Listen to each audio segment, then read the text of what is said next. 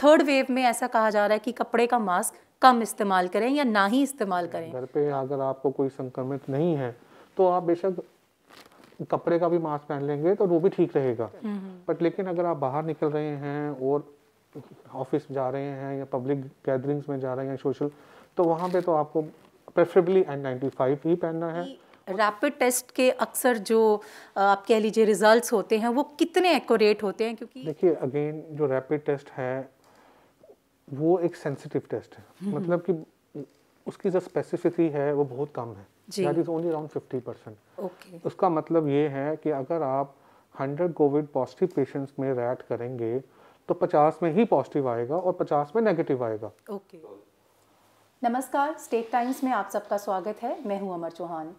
Corona virus के बहुत सारे टाइप्स सामने आ रहे हैं, जैसे ओमिक्रॉन, डेल्टा वेरिएंट, और जैसे कि आप सबको पता है कि 24 नवंबर 2021 में साउथ अफ्रीका से WHO में ये रिपोर्ट किया गया था सबसे पहला केस। उसके बाद से ये सिलसिला थम नहीं रहा।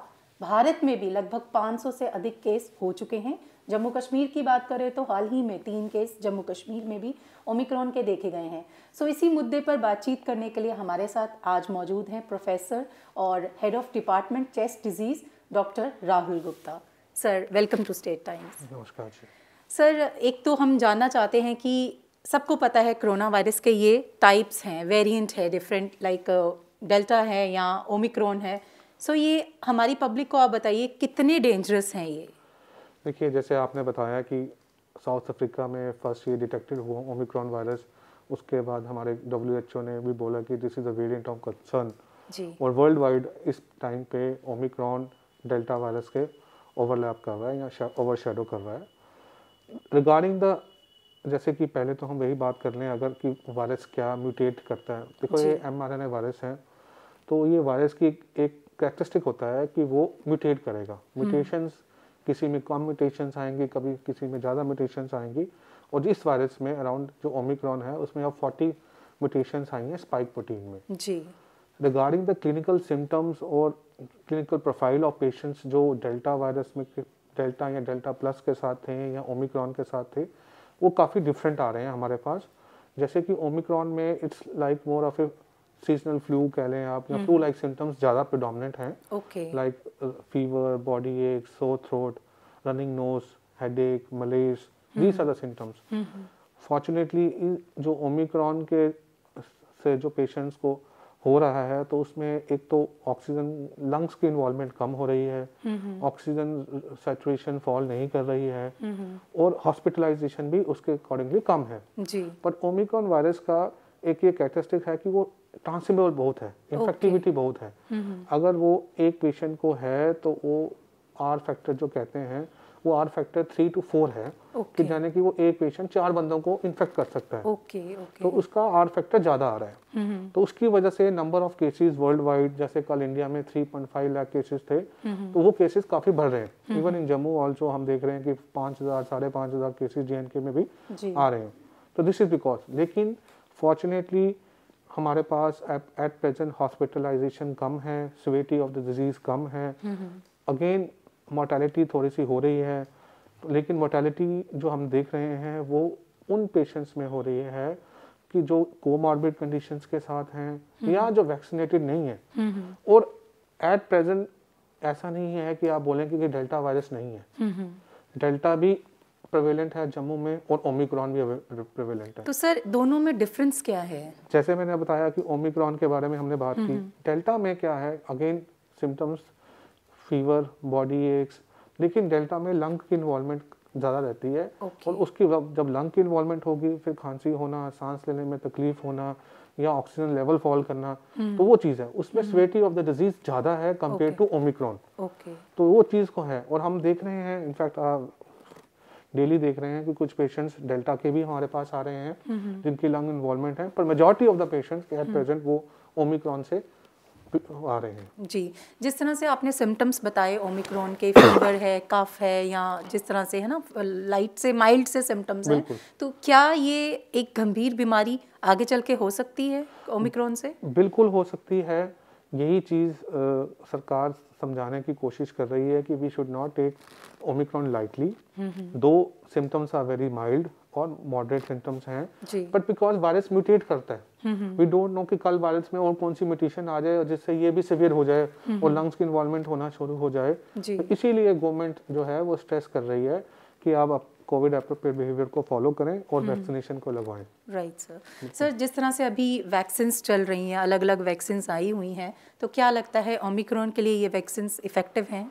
अनफॉर्चुनेटली जो वैक्सीन्स हमारे पास एट प्रेजेंट अवेलेबल हैं, क्या वो इंडिया में कोविशील्ड है या कोवैक्सीन है जी, वो या स्पुतनिक है, वो या वर्ल्ड वाइड इवन जो फाइजर है या मॉडर्ना जो बाहर के कंट्रीज में अवेलेबल हैं, they are not effective against omicron. तो इसलिए ओमिक्रॉन के इफेक्टिव नहीं है वो वैक्सीन जी। तो वो इशू है अभी है, वो साइंटिस्ट लगे हुए हैं प्रॉबली कि कुछ देर के अंदर 2-3 महीने के अंदर वो भी ऐड हो जाएगा कि that this vaccine are effective against omicron also. Right sir. Sir, vaccines तो लोग लगवा रहे हैं, जैसे अभी छोटे जी आप कह लीजिए टीनेजर्स के लिए भी चल पड़ी है, लेकिन बूस्टर डोज का थोड़ा सा कंफ्यूजन अभी लोगों में है। What is the right age booster dose के लिए? और देखो गवर्नमेंट ऑफ इंडिया ने अगेन 10 जनवरी से बूस्टर डोज शुरू किया जी। स्पेशली उसमें हेल्थ केयर वर्कर्स, हमारे फ्रंट लाइन वर्कर्स, उनको बोला गया है कि आप पहले लगवाएं। देयर आफ्टर जो एल्डरली हैं more than 60 with comorbid condition on the recommendation of A doctor, उनको भी बोला गया है कि आप भी अपना बूस्टर डोज लगवा सकते हैं जी।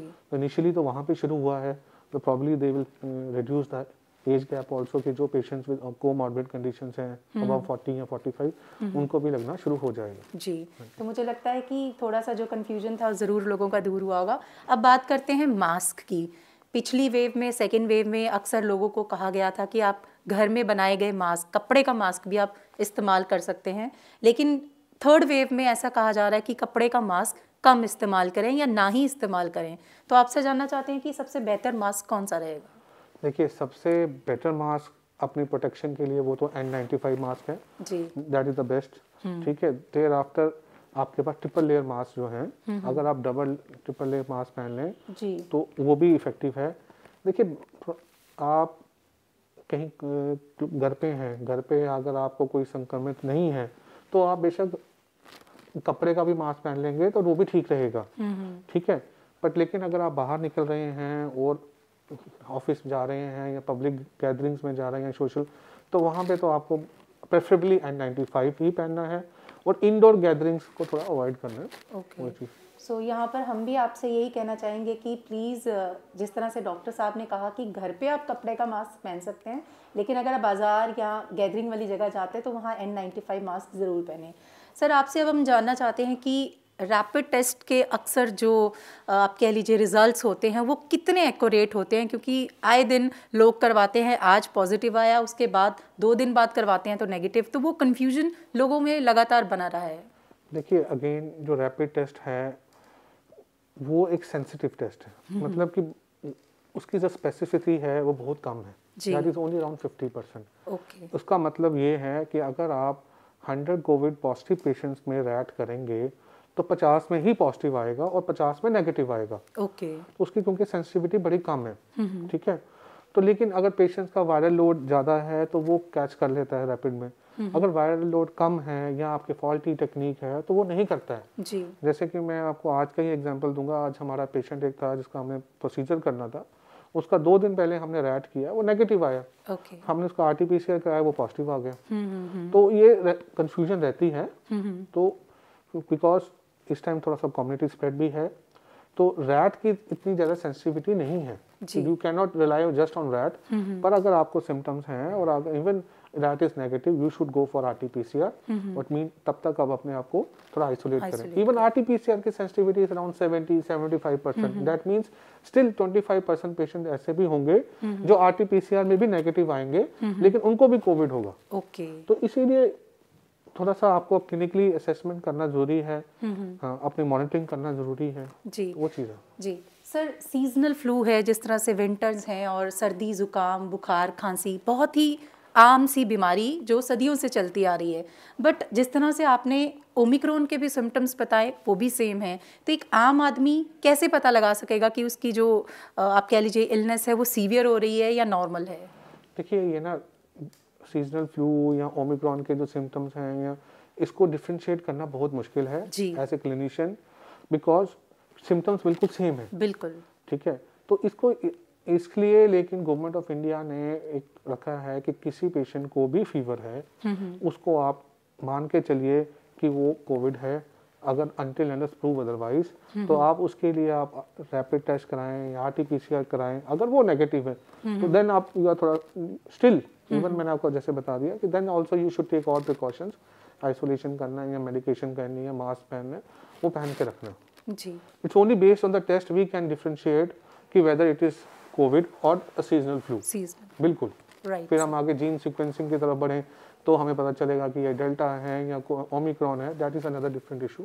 राइट वो चीज़ सर, घरों में भी काफ़ी सारे लोग जो है खुद ही रैपिड टेस्ट कर रहे हैं, सो इस पर आप क्या कहना चाहेंगे? देखिए गवर्नमेंट ऑफ इंडिया ने ही ये होम रैपिड टेस्ट के निकाले हुए हैं, तो आप कर सकते हो, इसमें कोई प्रॉब्लम नहीं है। अगर आपको सिम्टम्स आ रहे हैं और आपको लग रहा है कि मुझे हाँ कोविड शायद हो सकता है तो कर लें, और अगर नेगेटिव हैं कोई प्रॉब्लम नहीं है then nothing to worry. But अगर स्टिल आपको उसके बावजूद भी सिम्टम्स लग रहे हैं तो तब आपको आरटीपीसीआर कराना चाहिए जी। और हाँ, ये सर ने बहुत इंपॉर्टेंट बात कही कि अगर आप घर पे अपना टेस्ट करते हैं और आपका नेगेटिव आता है, उसके बावजूद आपको कोई प्रॉब्लम है तो ज़रूर आरटीपीसीआर आप करवाएं, डॉक्टर को ज़रूर कंसल्ट करें। सर, अब आपसे जानते हैं कि सेकेंड वेव में बहुत सारी दिक्कतें आई, बेड्स नहीं थे, सिलेंडर्स ऑक्सीजन के नहीं थे। सो अगर भगवान ना करे थर्ड वेव और बुरे तरीके से आती है तो क्या हमारे हॉस्पिटल्स रेडी हैं उस थर्ड वेव के लिए? देखिए again first wave, second wave, अब अपनी थर्ड वेव आ गई जी। इस थर्ड वेव के दौरान हमारा जो हेल्थ इंफ्रास्ट्रक्चर है वो काफ़ी इम्प्रूव हुआ है, इसमें कोई दो राय नहीं। ओके। ठीक है, कोविड की वजह से ही हम लेके चलें तो हमारा हेल्थ इंफ्रास्ट्रक्चर में काफ़ी इम्प्रूवमेंट आई है। ऑक्सीजन प्लांट्स लगे हैं, हर हॉस्पिटल में अब ऑक्सीजन प्लांट है। क्या अब तो सब डिस्ट्रिक्ट लेवल में भी जो हॉस्पिटल है वहाँ पे भी 500 एलपीएम के प्लांट्स लगे हैं कि सो डैट की ऑक्सीजन की किल्लत किसी को ना रहे। उसके बाद सेकेंड वेव के दौरान ही थोड़ा सा एंडिंग फेज में हमारा डीआरडीओ हॉस्पिटल सेटअप हो गया, that is a 500 bedded hospital specially for Jammu people. वो एक हमारे लिए बड़ा वो है। तो now the bed strength has increased, we have critical care beds, ICU beds, oxygen के साथ वाले बेड्स। तो ऐसा कुछ नहीं है कि हमारी तैयारी नहीं है या हम तैयार नहीं है या हमारी ऑगमेंटेशन।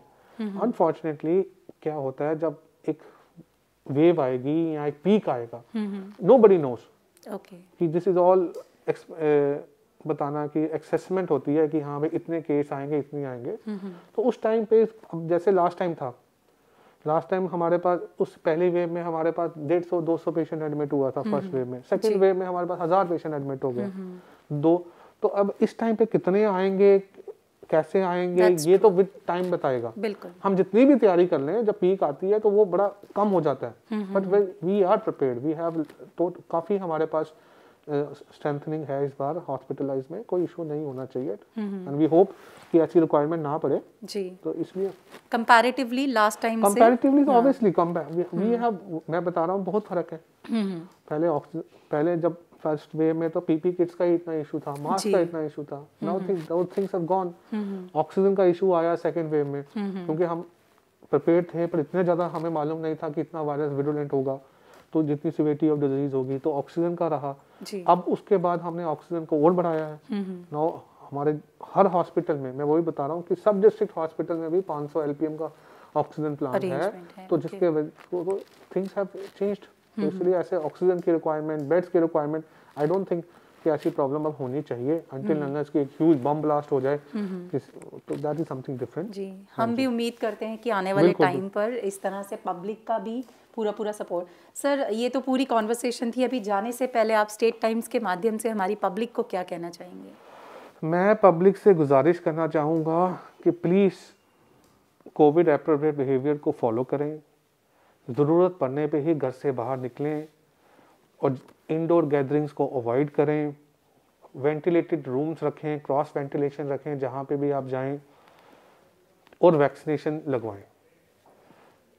ये जो लॉकडाउन अभी 2 दिन का गवर्नमेंट ने लगाया, ये भी इसीलिए लगाया गया है कि लोग घर पे बैठें, ज़रूरत पड़ने पे ही घर से बाहर निकलें। गवर्नमेंट नहीं चाहती है कि आप बाहर बेफजूल निकलें और वायरस और स्प्रेड हो। अगर हमें इस चेन को तोड़ना है तो हमें कुछ गाइडलाइंस को फॉलो करना है। यही मेरी आपसे गुजारिश रहेगी। Thank you so much sir. Thank you ma'am, thank you. मुझे लगता है कि बहुत सारे सवालों के जवाब आपको ज़रूर मिल गए होंगे, और जाने से पहले हम भी आपसे यही कहेंगे कि कोविड अप्रोप्रिएट बिहेवियर बहुत ज़रूरी है। जब भी घर से बाहर निकले मास्क ज़रूर पहने, और वीकेंड लॉकडाउन हम सब की सेफ्टी के लिए है, बहुत ज़रूरी हो तो ही घर से बाहर निकले। उम्मीद है कि ये एपिसोड आपको ज़रूर पसंद आया होगा। अगली बार आपसे दोबारा मुलाकात होगी। Till then keep watching State times.